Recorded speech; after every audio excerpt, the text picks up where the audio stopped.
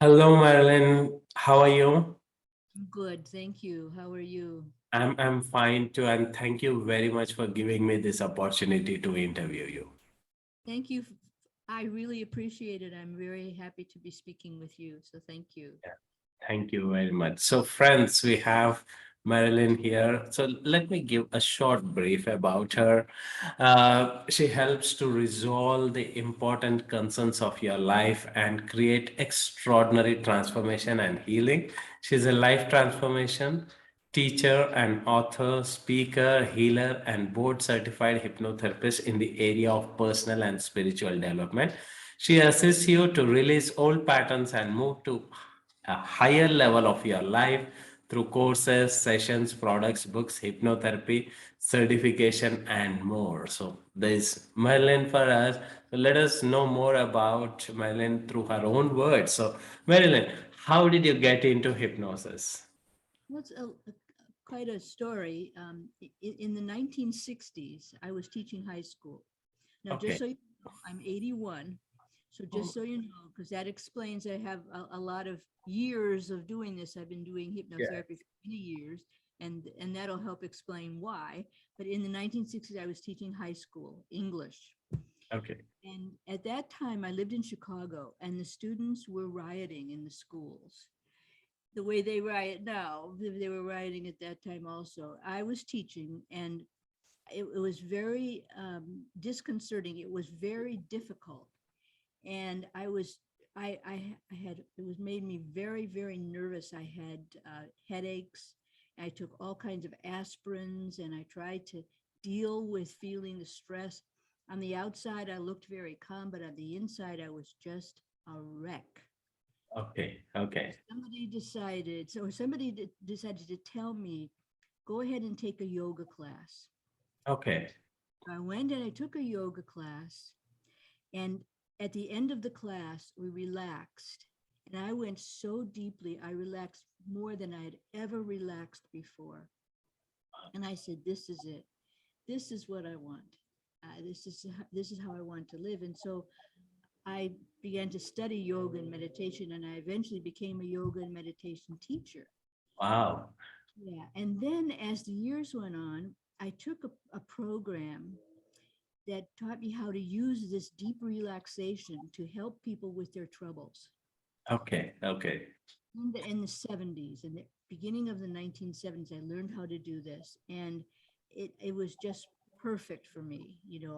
I knew I had done this before, and so I learned to do it. I called it deep inner healing. I had no idea it was hypnosis until years later. Then I met a woman at a gathering, and she told me that she became certified as a hypnotherapist. And I asked her, what did you do in the class? She said, well, we help people relax and help them with their problems. I said, oh my God, that's just what I That's what do. I'm doing. Yeah. So I did sessions in deep inner healing. I did courses. I taught at this school called Holistic Life University. This be before I became a hypnotherapist. But then I became a hypnotherapist, and I said, well, now I can have a certificate for this. So that was really exciting for me. And so I had the certificate, and I started a school. I had an in-person school, and I had 3 or 4 different venues for the school of hypnotherapy. And I was Okay. really into it. I was into it for years, like 20, 30 years. I'm not sure, but a long time. Now I don't do anything in person since COVID. And since I am my age, I do everything online. I do everything Okay. online.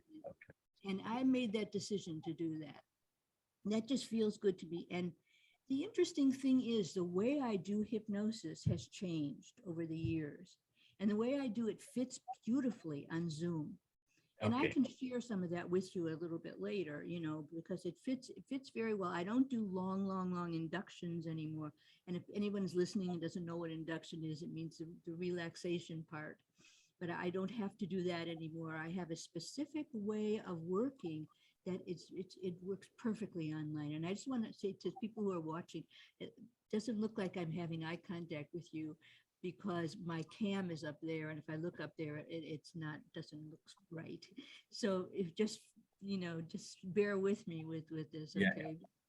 So, now I'm doing everything online, and I know you wanted to talk to me about what I'm doing currently, Yes. because it's an online membership program, but I'll wait until you're ready to hear that, so you can ask me. Thank you. That's a quite a journey from 1960s, and you've been one of the early teachers of hypnosis, and I feel fortunate to interview you. And Madeline, straight away, first question.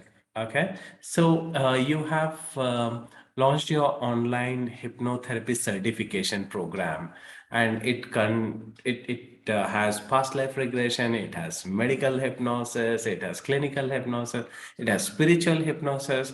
How did you blend, and what is so unique about this program? What I did was that I gathered together about 7 or 8 people who wanted to Okay. take the course, and Okay. we went on Zoom Hmm. for 24 weeks. I think it's about 6 months. We Oh, were on Zoom for at once a week, and we had this group, and I taught them. I used to have a great big manual about that thick that I okay. would give to people, but this now became documents. They're Okay. digital documents. And so I would show these, I would share my screen on Zoom, show the documents and talk about them. And I would do demos with the people in the group, and I would do meditations or hypnosis experiences with them. So, and each week was devoted to another topic. Okay. So that's what the course is now. And it's very alive. It isn't just me talking or me showing documents. It's me teaching these people, and they're responding. It's interactive. And then when people take the course, they can get the documents and download them and make their own manuals out of it. Okay. So it can Okay. be a nice, thick manual that they make themselves. Okay. Okay. Awesome. And there are a lot of misconceptions that hypnosis is effective only in person, and even the training as well. So, Marilyn, what is your advice to people who think hypnosis sessions or trainings are effective only in person but not online? What's Well, your I've advice? heard that. I've heard that for years, because I belonged to a hypnosis organization that didn't like anything online. They wanted everything to be in person. In fact, I used to do touch hypnosis too, this kind of touch induction, snapping my fingers, touching the head, and, Yeah. all that. And I just realized, I know that that's not necessary, because Okay. if you can reach out through the screen, through the atmosphere to people's beings. It doesn't have to be in with touch. And I think COVID taught us all that, because so much is done now. And so much is done now online. And I really like it. I like it a lot, because people don't have to transport themselves. They don't have to park their car. It takes less time for people to get settled and into the office. I enjoy it. And as I said, the way that I'm doing hypnosis now is very conducive to working online, and it works very, very well. So I'm happy with it. Awesome. So your course teaches people how to work with their clients online as well, Marilyn? Yeah, online and in person, because there are Or people, in still person? hypnotherapists who want to do theirs in person. I don't. I think partly it's my age. I think that people who are my age don't want to get be vulnerable to be infected. I have no interest in being infected with COVID. I just don't want Okay. it.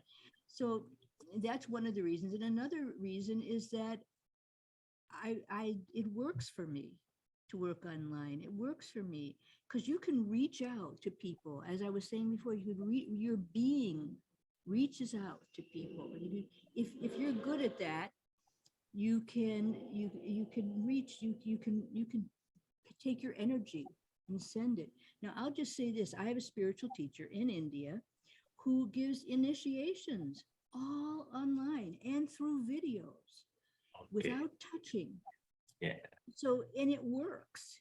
and that's a perfect example. You just, it's a myth that you have to be in person. I think that, some people who don't know how to reach their energy out on digitally, they think that you have to be in person. But and some people only want to be in person.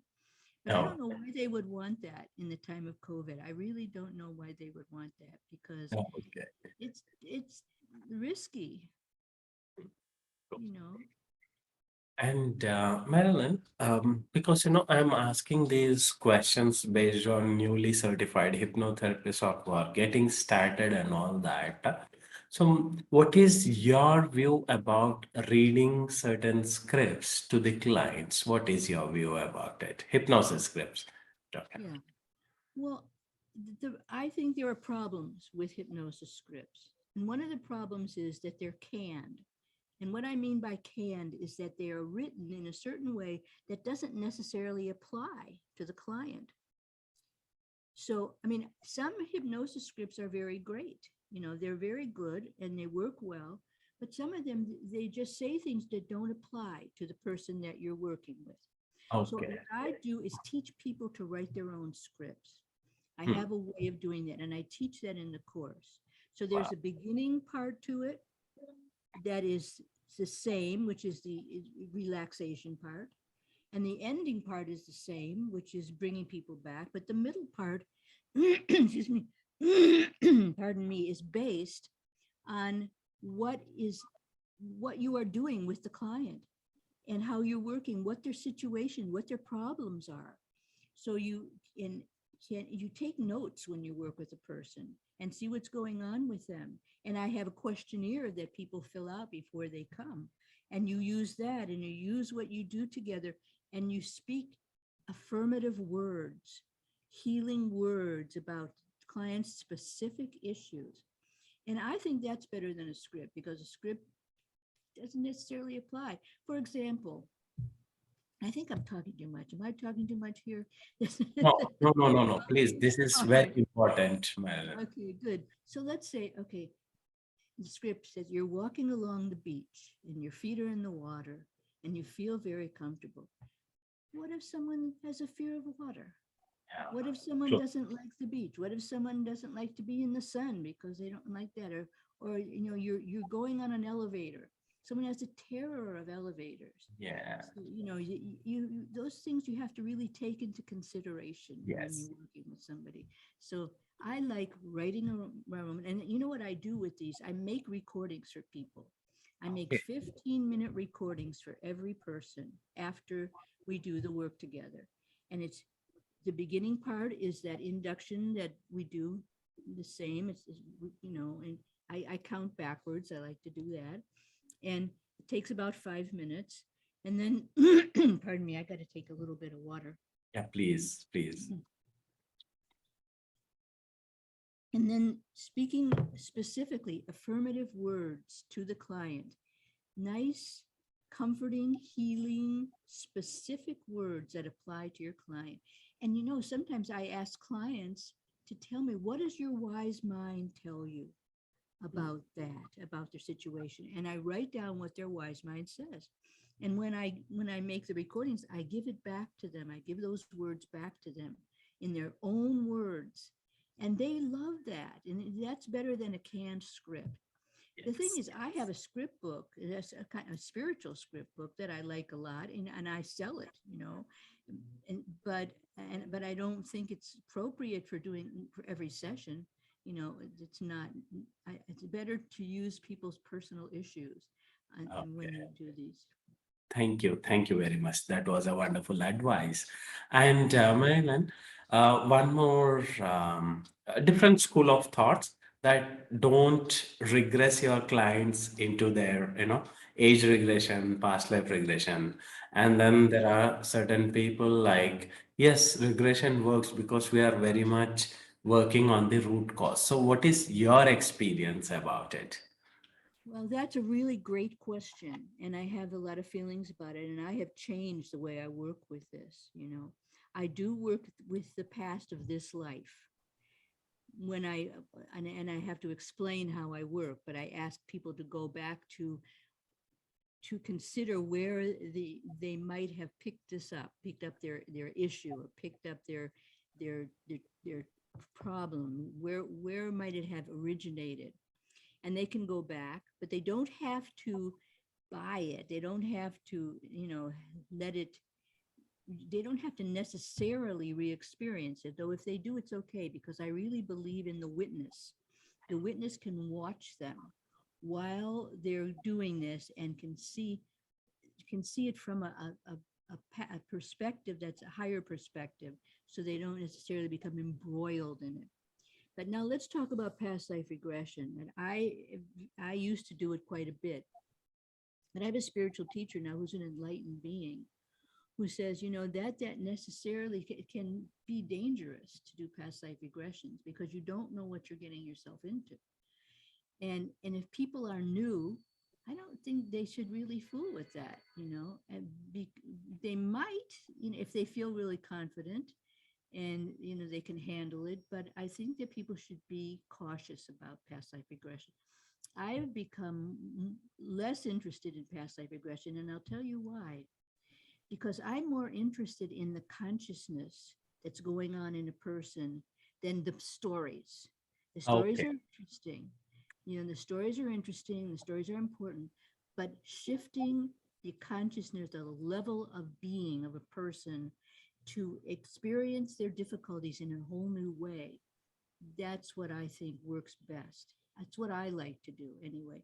But working with the past is important, especially when you're clearing things out, clearing things out. And I think it's really important people go back and see what happened back there. Okay. Awesome.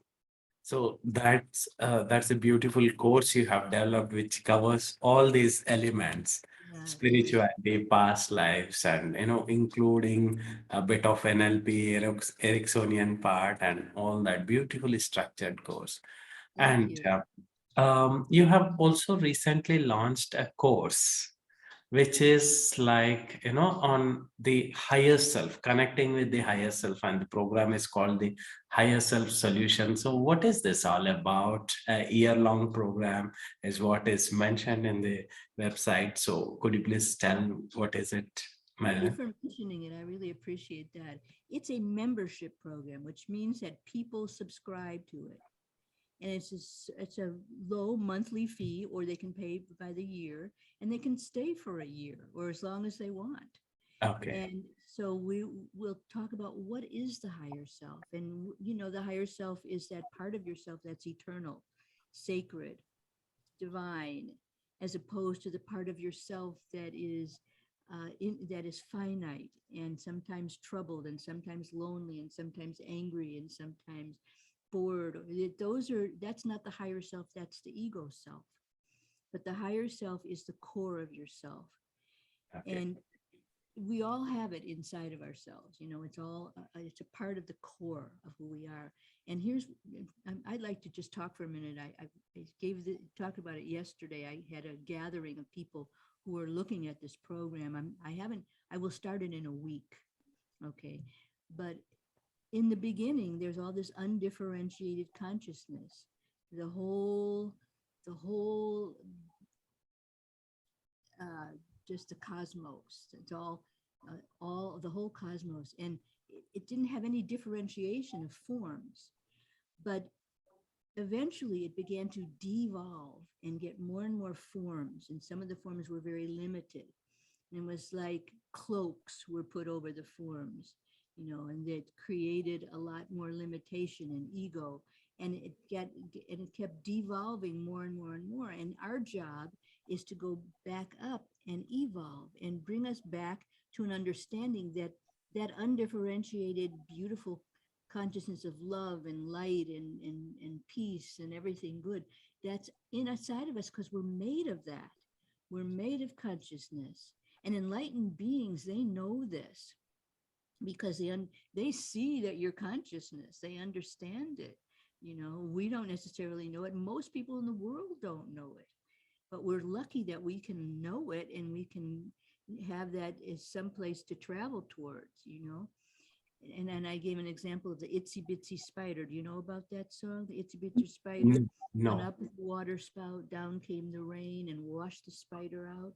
Out came the sun and dried up all the rain, and the itsy bitsy spider went up the spout again. And that's what we're doing.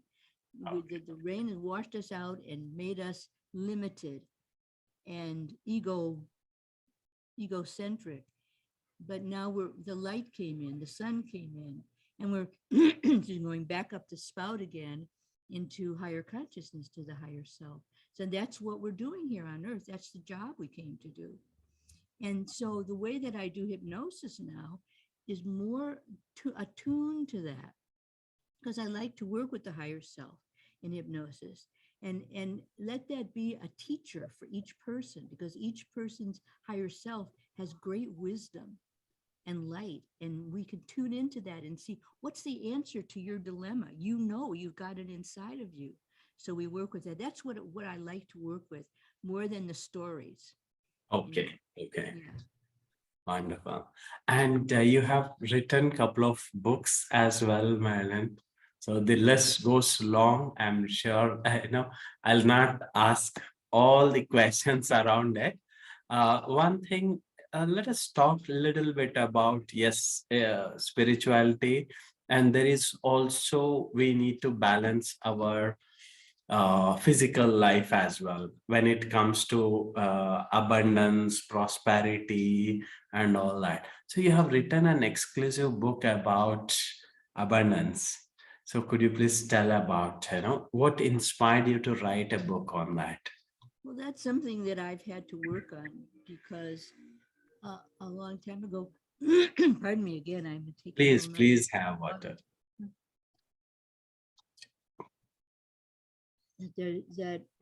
That I have needed to truly understand that that's what we are inside, abundant beings. And sometimes, the being forgets. So we have to keep remembering and get into abundance consciousness, which is understanding that the whole universe is totally abundant. And the more that we dive into that understanding and become a part of what we already are a part of, then we can understand that we're abundant beings, and can keep that understanding and keep that up in our lives. But sometimes sometimes we have these programs. We've been programmed, either we've programmed ourselves, or our family has done it, or our past lives have it programmed. Yes. And it's just that, some people have suffered a lot in their past lives, and they've suffered a lot, especially people who are healers. They've been persecuted for being healers. And Yes. some people have been hung, and that's why some people have throat things.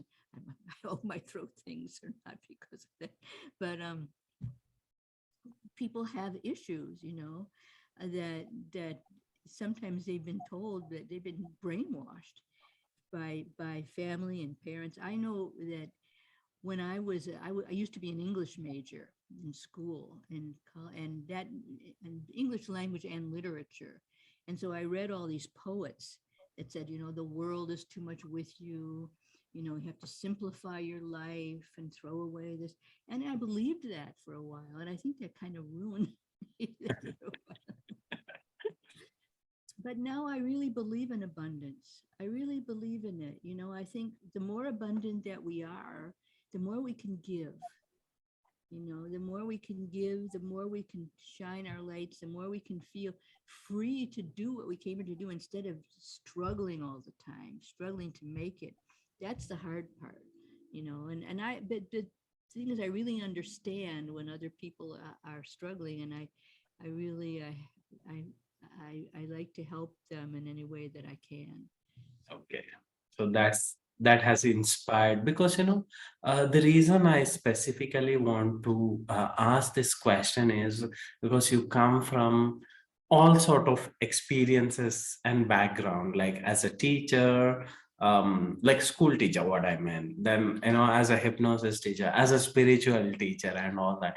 Because people who get into spirituality, they feel that money is bad, abundance, prosperity is, it's like getting back to worldly things, and all lot of inner conflicts which they need to work on. So thank you for clarifying that, Well, Marilyn? I have a spiritual teacher now who is beautifully abundant. He himself owns nothing because Okay. he knows, but he wears gold and rudrakshas covered with gold and has plenty of money for his ashram and believes in the abundance of the universe. So not all spiritual people are like that. And I think that so that's such a myth that people have been brainwashed with. And Yes. I think it's a shame because we deserve to have abundance. We deserve to have beautiful food, beautiful environments, beautiful courses and things, that we can learn from, beautiful funds to help other people who don't have, I really, I think it's a blessing to have abundance. Thank you for that. Yeah. And along with the hypnosis course, Marilyn, you also have some courses on spiritual healing, right? So, could you please tell me more about this spiritual healing power course, which, practicing hypnotherapists or healers of different modalities can get benefited from this course? Yeah. Yeah, it has a lot of different methods to do spiritual healing. And, some spiritual healing is great healers, like, an enlightened being can touch you when you're all well and all that. That's not what this is about.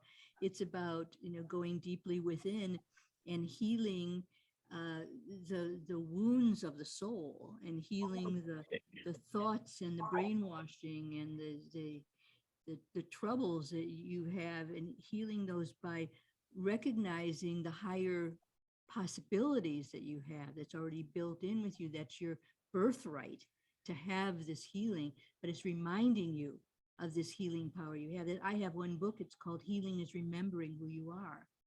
And so that's what it's about. It's remembering you've got this core. And the spiritual healing power has different forms of healing in it, different modules, forms of healing. It's on video, and it's got lots of nice pictures. I love graphics. I love to play with them, and this has got lots of graphics and healing and meditations, lots of meditations. I really enjoy doing meditations also. So, and those could be called hypnosis scripts. That's fine, you Yeah, know. because they are more of guided imagery and blending Guided perfectly can imagery, be blended. exactly.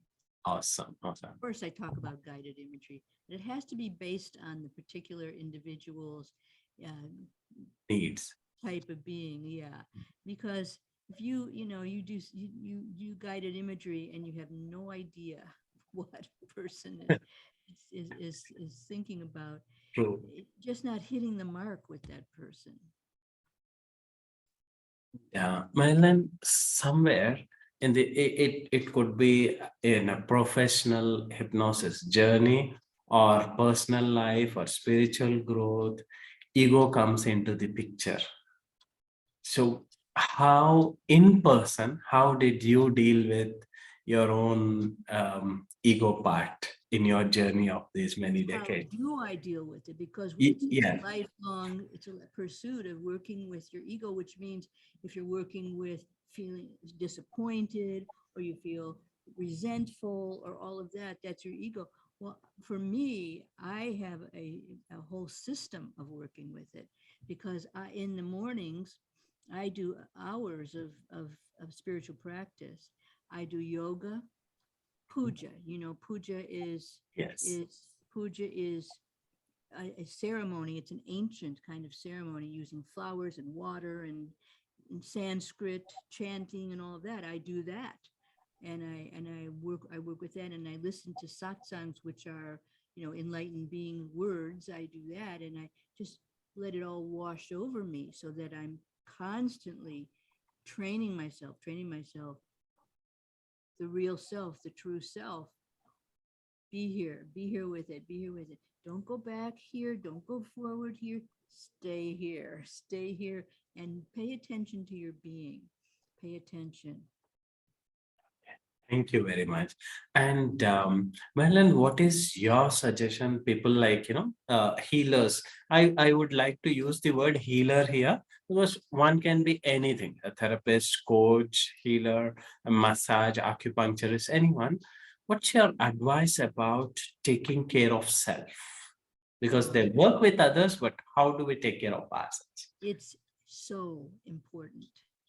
It's so important because you know how if you ever go on a plane, I don't know if in India they say this, but the flight attendants, they say, put on your mask Yes. first, and then you can take care of the others. But if you don't take care of yourself first, how can you help the others? Because people say they want peace, but they're not peaceful inside. So you have to work on yourself. I know for myself, self-care is so important. Cleansing the body and mind. I do cleansing things night and morning. Clean the eyes, clean the ears, the nose, the mouth, clean the body.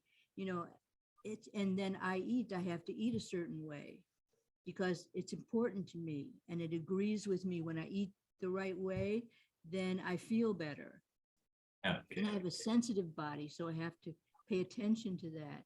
And I have to get enough exercise. And for me, doing yoga is so important because, as I said, I'm 81, and Yeah. because of yoga and other things like that, I'm not all tied up in a, you know, in an age thing. So I think that taking care of myself is totally of great importance. Yes. Yes. And you have written a book on spirituality and scripts in a combination, which can be used by fellow hypnotherapists in their practices. So, what inspired you to combine scripts and spirituality and then write this book, Violet? Because I love doing spiritual scripts. I love speaking, just letting them flow right out, channeling them out. I really enjoy it so much. And these are things that I have channeled onto recordings, and then someone transcribed them for me. And then I just edited them and made them, printable. Would you like me to tell you the technique that I'm using now most of the Yeah, yeah. time? Please, please. Okay, great. So it's either three or four, mainly a four-step process. And the first step is to pay attention. So let's just say that I have a situation going on inside. What do I have? Maybe, let's say I have anxiety. Okay. So the first thing that I do is to pay attention to it. And I do this with myself and I do it with clients. Okay. Pay attention to it and see how does it show up in your body. So notice your breathing. Notice what's going on in your body. Is there some place that's going like this? Is your breathing like that? Notice it. Pay attention to it. See if there are any thoughts going on, like, oh, I'm never going to make it. It's not going to be okay. I'm scared, or whatever it is. Pay attention to it. Use your witness. A witness is the self from the higher self that can watch and see without necessarily becoming a part of it, but can see it and understand it. So spend some time in watching it. And then as you watch it, as you pay attention to it, it may get lighter and lighter and lighter. So you're watching because consciousness changes things. So it may get lighter and lighter and lighter, and you watch the anxiety just mellowing out like that. Okay. But then there's another step that I do, and I take a deep breath in. And then as I exhale into the situation, into the anxiety,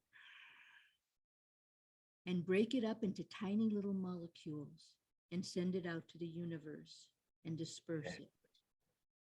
That's step one, believe it or not. Okay, then maybe that's one and two, but then, yeah, I think so. Then step three is ask your wise mind. I like to work with the wise mind. Ask your wise mind to tell you anything it wants to tell you about your situation.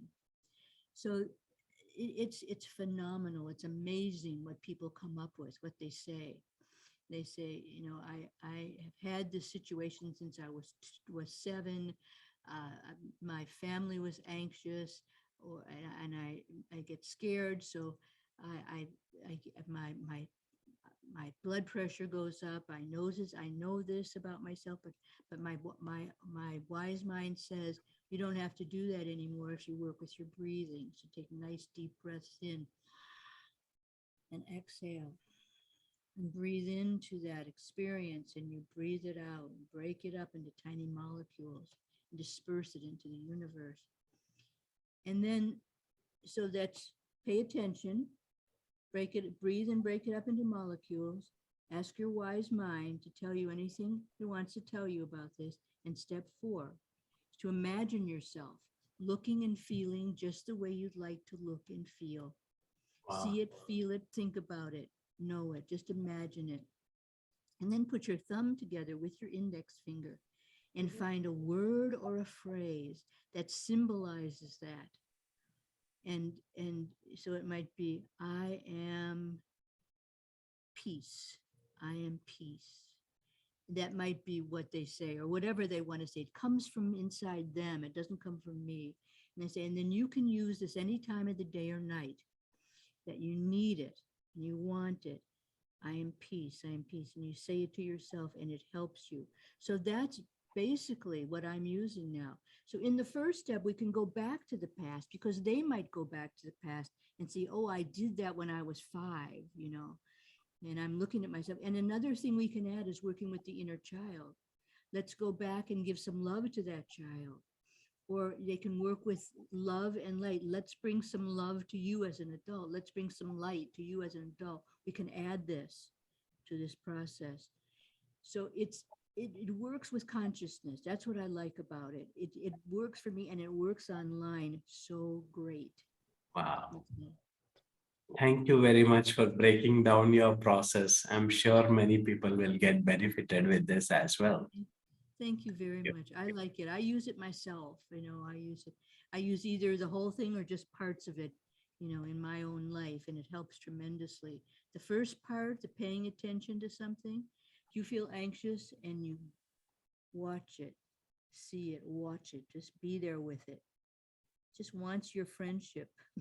Be there with it. Give it some love. There's a poem of Rumi's, A Guest House in Your Soul. You know that poem? It's a beautiful poem. It says, that sometimes all these troubles, fears, angers, they're knocking at your door and trying to get in. And Rumi says, open the door.